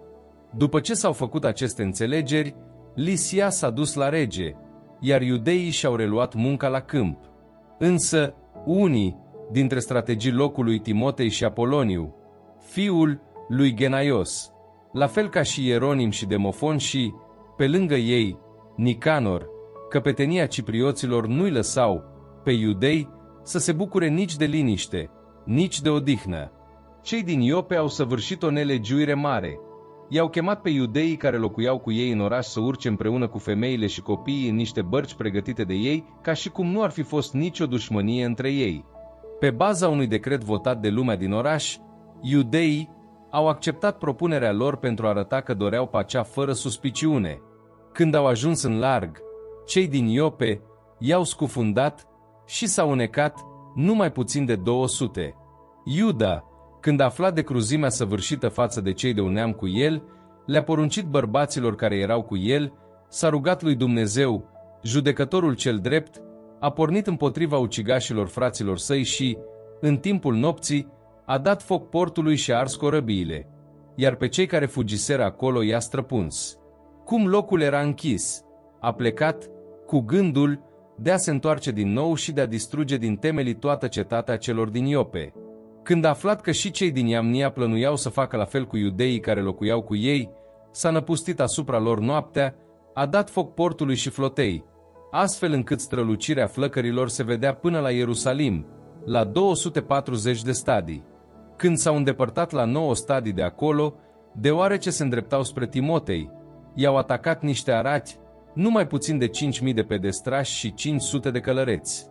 Înrucât s-a încins o luptă aprigă și oamenii lui Iuda aveau succes datorită ajutorului lui Dumnezeu, nomazii, înfrânți, l-au rugat pe Iuda să le dea mâna dreaptă, promițându-i că îi vor da animale și că îl vor ajuta și altădată. Iuda, considerând că îi pot fi cu adevărat de ajutor în multe, a acceptat să încheie pace cu ei. După ce și-au dat mâna dreaptă, arabii s-au întors la corturile lor. A mai atacat o altă cetate, care era întărită cu valuri de pământ și înconjurată cu ziduri, locuită de tot felul de neamuri, al cărei nume era Caspin. Cei dinăuntru, încrezându-se în tăria zidurilor și mulțimea proviziilor, se purtau grosolan cu cei ai lui Iuda, jignindu-i, rostind blasfemii și vorbind ce nu este permis. Dar cei ai lui Iuda, invocându-le pe stăpânul cel mare al lumii care, fără berbece și fără mașini de război, dărâmase Ierihonul pe timpul lui Iosu, s-au năpustit ca niște fiare asupra zidurilor. După ce au pus stăpânire pe cetate cu voia lui Dumnezeu, au făcut un măcel de nedescris, așa încât lacul vecin, care avea o lățime de 2 stadii, părea că este plin cu sângele vărsat. Îndepărtându-se de acolo 750 de stadii, au ajuns la Harax, la iudeii numiți Tubieni. Pe Timotei nu l-au prins în locurile acelea, pentru că plecase din ținut fără să facă nimic, dar lăsase o garnizoană foarte puternică în locul acela. Dosișeos și Sosipatros, care erau dintre căpeteniile Macabeului, s-au dus și au ucis pe cei pe care Timotei îi lăsase în fortăreață, mai mult de 10.000 de oameni. Iuda, Macabeul, a împărțit armata în cohorte, i-a pus pe Dosișeos și pe Sosipatros în fruntea lor și a pornit împotriva lui Timotei, care avea cu el 120.000 de pedestrași și 2.500 de călăreți. Când Timotei a aflat de apropierea lui Iuda, a trimis femeile, copiii și celelalte bunuri în cetatea, numită Carnion. Locul era de neînvins și se ajungea greu la el din cauza îngustimii trecătorilor din tot ținutul. Cohorta lui Iuda a apărut cea dintâi, iar dușmanii au fost cuprinși de groaza și de spaima cauzată de apariția celui care le vede pe toate. Au luat-o la fugă fiecare în altă parte, astfel încât s-au rănit unii pe alții, străpungându-se cu ascuțișul săbiilor. Iuda i-a urmărit cu îndârjire, trecându-i prin sabie pe nelegiuiți și a nimicit cam 30.000 de oameni. Timotei însuși, căzând în mâinile celor ai lui Dosișeos și Sosipatros, îi ruga cu multă șiretenie să-l lase să plece nevătămat pentru că el îi are în mâini pe părinții și frații multora peste care putea să vină o nenorocire. După ce i-a încredințat cu multe jurăminte că îi va trimite înapoi pe aceștia neatinși, i-au dat drumul pentru eliberarea fraților lor. Ieșind către Carnion și Atergate Ion, Iuda a înjunghiat 25.000 de oameni. După înfrângerea și uciderea acestora, s-a îndreptat cu armata și spre Efron, o cetate întărită în care locuia Lisias cu o mulțime de toate felurile și tineri puternici așezați în fața zidurilor. Le apărau cu vitezie, iar înăuntru erau multe mașini de război și sulițe. Invocându-le pe stăpânul care cu puterea lui înfrânge tăria dușmanilor, au pus mâna pe cetate și au doborât cam 25.000 dintre cei dinăuntru. După ce au plecat de acolo, s-au avântat înspre Scitopolis, o cetate aflată la o distanță de 600 de stadii de Ierusalim. Dar iudeii care locuiau acolo au dat mărturie că cei din Scitopolis s-au purtat cu bunăvoință față de ei, întâmpinându-i binevoitorii în momentele de necaz. Le-au mulțumit celor din Scitopolis și i-au îndemnat ca și pe mai departe să se arate binevoitorii față de neamul iudeilor. De acolo au venit la Ierusalim cu puțin înainte de sărbătoarea săptămânilor. După sărbătoarea, numită a Cincizecimii, s-au năpustit împotriva lui Gorgias, strategul Idumeii. Acesta a ieșit cu 3.000 de pedestrași și cu 400 de călăreți. S-a întâmplat că, atunci când s-au așezat în linie de luptă, au căzut câțiva dintre iudei. Un oarecare Dosișeos, dintre cei ai lui Bachenor, un călăreț viteaz, l-a apucat pe Gorgias și, ținându-le de hlamidă, îl trăgea cu putere, căci voia să-l prindă viu pe blestemat. Însă un călăreț trac a sărit asupra lui Dosișeos și i-a tăiat umărul, iar Gorgias a fugit la Marisa.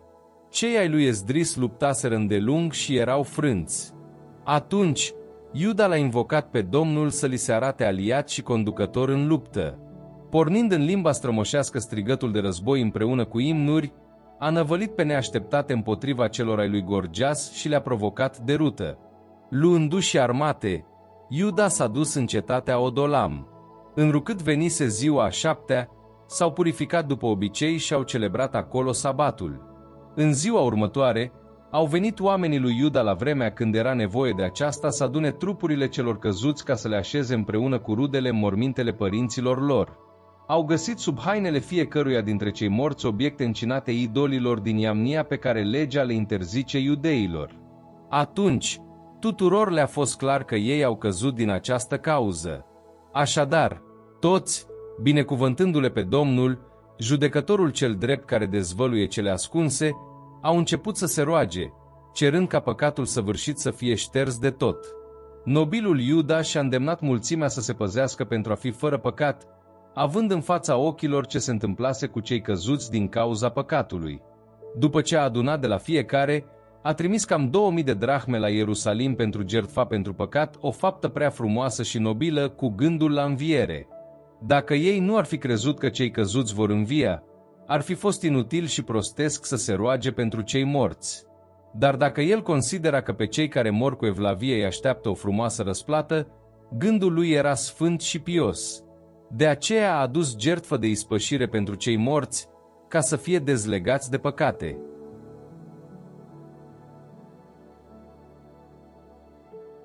Cartea a doua a Macabeilor, capitolul 13. În anul 149 a ajuns vestea la cei ai lui Iuda că Antioh Eupator s-a apropiat cu armatele de Iudea. Cu el era Lisias, tutorele și responsabilul peste treburile statului. Fiecare avea o armată grecească de 110.000 de pedestrași, 5.300 de călăreți, 22 de elefanți și 300 de care de luptă dotate cu coase. Lor li s-a alăturat Menelau, care, cu multă prefăcătorie, îl încuraja pe Antioh nu pentru salvarea patriei, ci gândind că își va redobândi funcția. Dar regele regilor a stârnit mânia lui Antioh împotriva nelegiuitului, iar Lisias a arătat că el este cauza tuturor relelor și a poruncit să fie dus la Berea și să fie ucis după cum este obiceiul locului. Este în acel loc un turn de 50 de coți plin cu cenușă. Acesta avea un mecanism circular care arunca de peste tot în cenușă. Acolo era dus orice vinovat de sacrilegiu sau cel care a comis vreo faptă foarte gravă, și toți îl împingeau ca să-l facă să piară. Astfel s-a întâmplat să moară nelegiuitul Menelau, pentru a nu fi așezat în pământ. Pe bună dreptate, căci săvârșise multe păcate împotriva altarului al cărui foc și a cărui cenușă erau curate. Și și-a găsit moartea în cenușă. Regele înainta cu gânduri barbare spre a le da iudeilor să vadă nenorociri mai mari decât cele pe care le făcuse tatăl său. Iuda a aflat acestea și a poruncit mulțimii să-l invoce pe Domnul ziua și noaptea ca să le vină în ajutor ca altădată celor care erau pe punctul să piardă legea, patria și templul cel sfânt. Și să nu permită ca acest popor, care de curând se revigorase, să cadă iar în mâinile neamurilor ticăloase. După ce au făcut toți împreună același lucru și l-au implorat pe Domnul cel milostiv cu plânsete, cu post și prostrați, la pământ, timp de 3 zile fără încetare, Iuda i-a încurajat și le-a poruncit să stea lângă el. Apoi, el a stat la sfat cu bătrânii și a hotărât să nu aștepte ca armata regelui să năvălească în Iudeea și să pună stăpânire pe cetate, ci să pornească și să hotărască lucrurile cu ajutorul lui Dumnezeu. Încredințând soarta Creatorului lumii, i-a îndemnat pe ai săi să lupte cu vitezie până la moarte pentru legi, templu, cetate, patrie și obiceiuri și și-a așezat armata aproape de Modiin, dându-le alor săi cuvântul de ordine. Biruința lui Dumnezeu a năvălit noaptea, împreună cu cei mai buni tineri aleși, asupra cortului regesc și a ucis cam la 2000 de oameni. A străpuns elefantul cel mai mare împreună cu cel care îl conducea. La sfârșit, după ce au umplut tabăra de spaimă și de derută, s-au întors victorioși. Aceasta s-a întâmplat la ivirea zorilor datorită ajutorului cu care Domnul îl protejase pe Iuda. Când regele a simțit curajul iudeilor, a încercat să cucerească locurile lor prin viclenie. S-a apropiat de Baițur, o puternică fortăreață a iudeilor, dar a fost respins, lovit și înfrânt. Iuda le-a trimis celor dinăuntrul fortăreței cele necesare, dar un oarecare rodocos din tabăra iudeilor le-a dezvăluit dușmanilor tainele. A fost căutat, prins și închis. Dar regele a stat iar de vorbă cu cei din Baițur, le-a întins dreapta, a primit-o de la ei, a plecat, s-a năpustit asupra celor care erau cu Iuda, dar a fost înfrânt. Regele a aflat că Filip, pe care îl lăsase la Antiohia, responsabil peste treburile statului, se răsculase. S-a tulburat, i-a chemat pe iudei și a recunoscut înfrângerea. A jurat că le va împlini toate cele drepte. A adus jertfă, a cinstit templul și a fost generos cu locul sfânt. L-a salutat pe Macabeu și l-a pus strateg pe Hegemonides, de la Ptolemais până la ținutul Gerenilor. Apoi a venit la Ptolemais, iar cei din Ptolemais erau nemulțumiți de înțelegerea încheiată. Erau furioși și au voit să-i încalce hotărârile. Lisias a urcat la tribună și le-a apărat cât a putut. I-a convins, i-a îmbâlânzit, i-a îmbunat și apoi a plecat la Antiohia. Așa s-au petrecut venirea și plecarea regelui.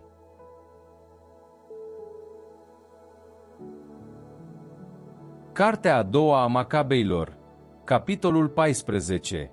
După o perioadă de 3 ani, a ajuns la Iuda și la cei care erau cu el. Vestea că Demetrios, fiul lui Seleucus, a pornit din portul Tripoli cu o mulțime numeroasă și cu o flotă. A luat în stăpânire țara după ce îl omorâse pe Antioh și pe tutorele lui, Lisias. Un oarecare Alchimos, care devenise mare preot și se profanase de bunăvoie în timpul revoltei, înțelegând că nu mai are nicio scăpare și nici acces la altarul sfânt, A mers la regele Demetrios cam în anul 151 și i-a dăruit o coroană de aur cu o ramură de palmier. Pe lângă acestea, ramurile de măslin, care se obișnuiesc pentru templu, și în acea zi a stat liniștit. Găsind momentul potrivit pentru nebunia lui, când a fost chemat de Demetrios la sfatul lui și l-a întrebat despre starea și planurile iudeilor, a spus: iudeii numiți Hasidei, care sunt conduși de Iuda Macabeul, întrețin războiul și revolta și nu permit ca regatul să aibă parte de liniște. De aceea, pentru că mi s-a luat demnitatea strămoșească, vorbesc despre funcția de mare preot, am venit acum aici. Mai întâi cu gânduri sincere pentru interesele regelui, în al doilea rând, din grijă față de poporul meu, căci din echibzuința celor despre care am vorbit mai înainte, toți cetățenii neamului nostru suferă nu puține nenorociri. Cunoscând fiecare dintre aceste lucruri, o rege, ai grijă de țara și neamul nostru oprimat cu omenia binevoitoare pe care o ai față de noi toți. Căci, atâta timp cât Iuda va trăi, este imposibil ca situația țării să fie pașnică. Imediat ce a rostit aceste cuvinte, ceilalți prieteni care erau dușmani ai lui Iuda l-au aprins și mai tare pe Demetrios. L-a chemat îndată pe Nicanor, care ajunsese comandantul unității de elefanți, și, numindu-le strateg al iudeii, l-a trimis, dându-i porunci să-l ucidă pe Iuda, iar pe cei care sunt cu el să-i împrăștie și să-l instaleze pe Alchimos mare preot al celui mai mare templu. Atunci, neamurile din Iudeea care fugiseră din cauza lui Iuda s-au adunat împreună la Nicanor, considerând că necazurile și nenorocirile iudeilor erau spre norocul lor. Iudeii au auzit de înaintarea lui Nicanor și de agresiunea neamurilor, și-au presărat țărână pe cap și au început să se roage celui care statornicise pentru totdeauna poporul și care își sprijinea în mod evident partea. La comanda conducătorului lui, au pornit îndată de acolo și s-au întâlnit cu dușmanii în satul de Saos. Simon, fratele lui Iuda, începuse lupta cu Nicanor, dar, din cauza sosirii neașteptate a adversarilor, a suferit o ușoară înfrângere. La fel, Nicanor, când a auzit de vitejia de care dădeau dovadă cei ai lui Iuda și de curajul cu care se luptau pentru patria lor, a ezitat să rezolve situația prin vărsare de sânge. De aceea, i-a trimis pe Posidonios, pe Teodotos și pe Matatia să le întindă iudeilor mâna dreaptă și să o primească. După analize îndelungate despre acestea și după ce conducătorul a dat de știre mulțimilor, părând că toți gândesc la fel, s-au pus de acord cu înțelegerile. Au stabilit o zi în care să se întâlnească cei doi. A sosit din ambele părți câte un car și s-au așezat pe tronuri. Iuda a stabilit oameni înarmați, gata de luptă, în locuri bine alese, ca nu cumva să aibă loc un atac neașteptat din partea dușmanilor. Dar întâlnirea s-a încheiat cu un acord. Nicanor a rămas la Ierusalim, unde nu a făcut niciun rău, dar a dat drumul mulțimii grupelor care se adunase la el. În toate împrejurările îl avea în față pe Iuda, căci începuse să-l îndrăgească din inimă pe acest om. L-a îndemnat să se căsătorească și să aibă copii. Acesta s-a căsătorit, a fost liniștit și s-a bucurat de viață. Dar Alchimos, văzând bunăvoința dintre cei doi și luând o copie a înțelegerii încheiate, s-a dus la Demetrios și a spus că Nicanor are gânduri potrivnice față de treburile statului, căci l-a numit pe Iuda succesor al său, el care uneltea împotriva regatului. Regele, aprins de mânie și înfuriat din cauza intrigilor provocate de ticălos, i-a scris lui Nicanor, spunând că e supărat din cauza înțelegerii și poruncindu-i să-l trimită repede pe Macabeu în lanțuri la Antiohia. Aflând Nicanor acestea, s-a tulburat și era greu să încalce înțelegerea, ținând cont că Iuda nu greșise cu nimic. Dar cum nu putea să-i se împotrivească regelui, căuta un moment potrivit să îndeplinească porunca printr-o strategie. Dar Iuda, Macabeul, a observat că Nicanor se poartă mai rece cu el și că, atunci când se întâlneau, îi vorbește mai aspru. Gândindu-se că această răceală nu putea să aducă nimic bun, i-a adunat pe cei care erau de partea lui și se ascundea de Nicanor. Gândind că a fost înșelat de Iuda, Nicanor s-a dus la templul cel mare și sfânt și, când preoții aduceau jertfele proprii, a poruncit să-i fie predat omul.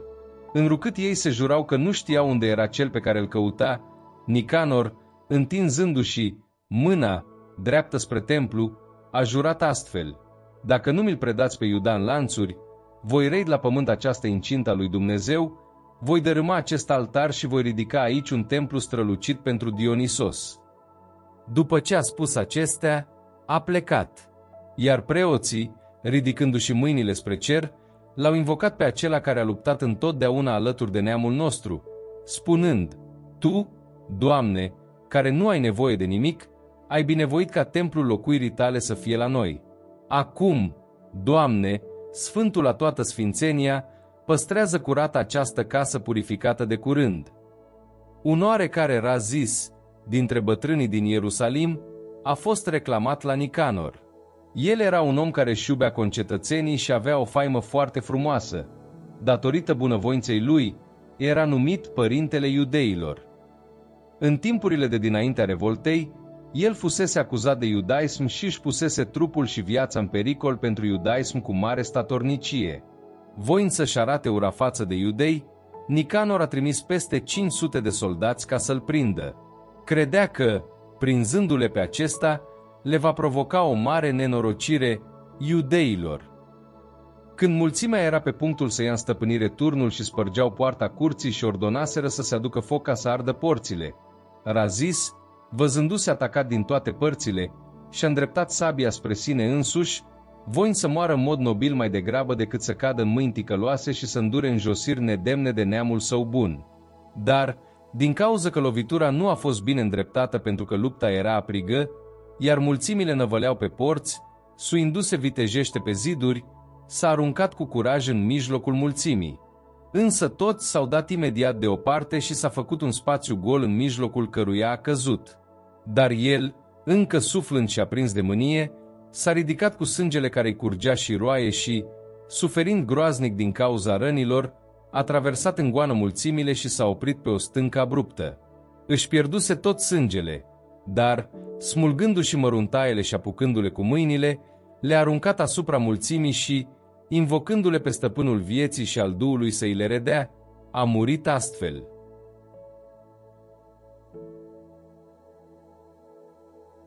Cartea a doua a Macabeilor, capitolul 15. Nicanor a aflat că cei care erau cu Iuda se aflau în ținutul Samariei și a hotărât să-i atace chiar în ziua de odihnă în toată siguranța. Iudeii care erau constrânși să-l însoțească i-au spus să nu-i ucizi în mod atât de crud și sălbatic, ci dă cinste zilei care a fost onorată și sfințită de către cel care vede toate. Dar cel de 3 ori ticălos a întrebat dacă se află în cer vreun stăpân care să fi poruncit să se țină ziua de sabat. Ei i-au răspuns: este însuși Domnul cel viu, stăpân în cer, care a poruncit să fie păzită ziua a 7-a. Și eu, a zis celălalt, sunt stăpân pe pământ și vă poruncesc să luați armele și să împliniți datoria față de rege. Totuși, el nu a reușit să-și împlinească planul nelegiuit. Nicanor, înfându-se peste măsură, a hotărât să se înalțe un trofeu comun cu lucrurile luate ca pradă de la cei care erau cu Iuda. Iuda, Macabeul, era ferm convins cu toată speranța că va primi ajutor de la Domnul. I-a încurajat pe cei care erau cu el să nu se teamă de atacul neamurilor, ci să aibă minte ajutoarele care le-au venit din cer și să aibă încredere că și Atotputernicul le va da victoria.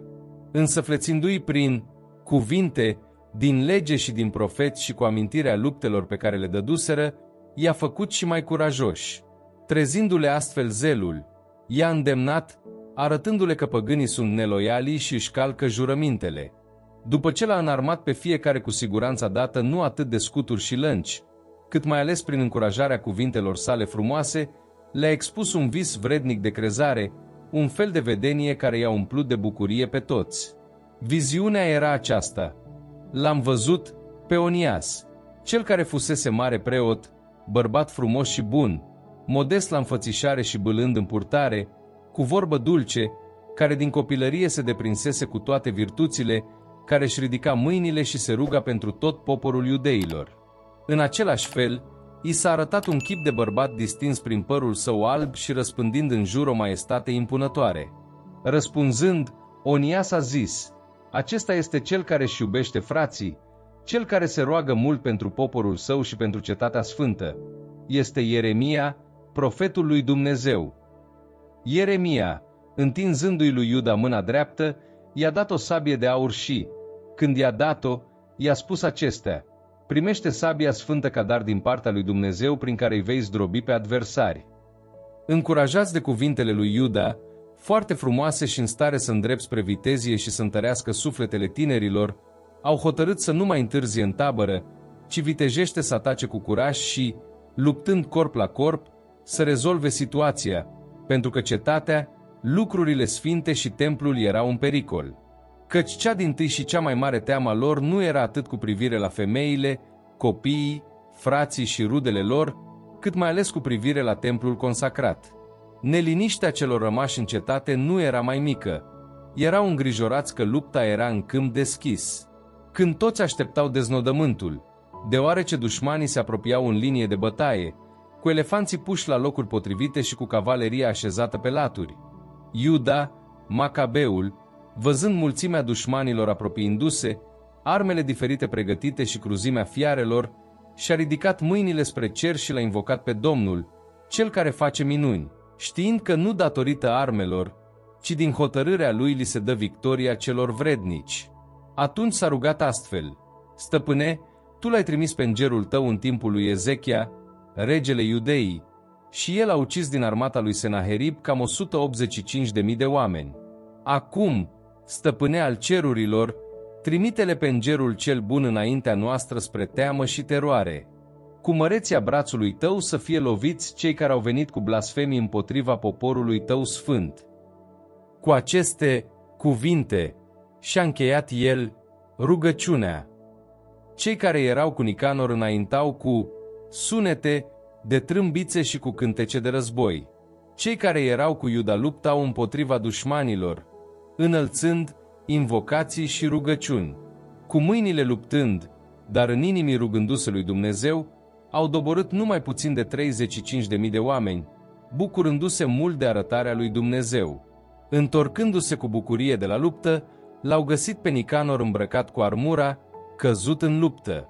Izbucnind un strigăt și făcându-se învălmășeală, îl binecuvântau pe cel atotputernic în limba părinților. Iuda, cel care se dăruise mai întâi trup și suflet pentru concetățenii săi, care își păstrase din tinerețe bunăvoința față de cei de un neam cu el, a poruncit să-i se taie lui Nicanor capul și brațul din umăr și să fie duse la Ierusalim. Ajungând acolo, i-a convocat pe conaționali și i-a pus pe preoți în fața altarului. Apoi i-a trimis după cei din fortăreață. Le-a arătat capul nelegiuitului Nicanor și mâna răufăcătorului pe care o ridicase cu aroganță împotriva casei sfinte a celui atotputernic. I-a tăiat nelegiuitului Nicanor limba, a poruncit să fie dată în bucăți păsărilor, iar răsplata nebuniei să fie atârnată în fața templului. Apoi, toți au înălțat către cer binecuvântări Domnului care se arătase și au zis: binecuvântat să fie cel care și-a păzit locul sfânt neprofanat. Iuda a atârnat capul lui Nicanor de fortăreață ca semn clar și vizibil pentru toți despre ajutorul de la Domnul. Toți au stabilit, prin vot comun, să nu lase neînsemnat această zi, ci să o sărbătorească în a 13-a zi din luna a 12-a, aceasta se numește Adar în limba siriacă, în ajunul zilei lui Mardoheu. Astfel s-au încheiat cele despre Nicanor și, pentru că, din acel moment, cetatea a rămas în stăpânirea evreilor, termin și eu aici istorisirea mea. Dacă este bine alcătuită, aceasta am voit-o și eu, iar dacă este prea simplă și săracă, atât mi-a stat în putere. După cum este dăunător să bei numai vin și, de asemenea, numai apă, dar vinul amestecat cu apă este plăcut și aduce desfătare, tot astfel o rânduire a povestirii farmecă urechile celor care o ascultă prin alcătuirea ei. Iar aici să fie sfârșitul.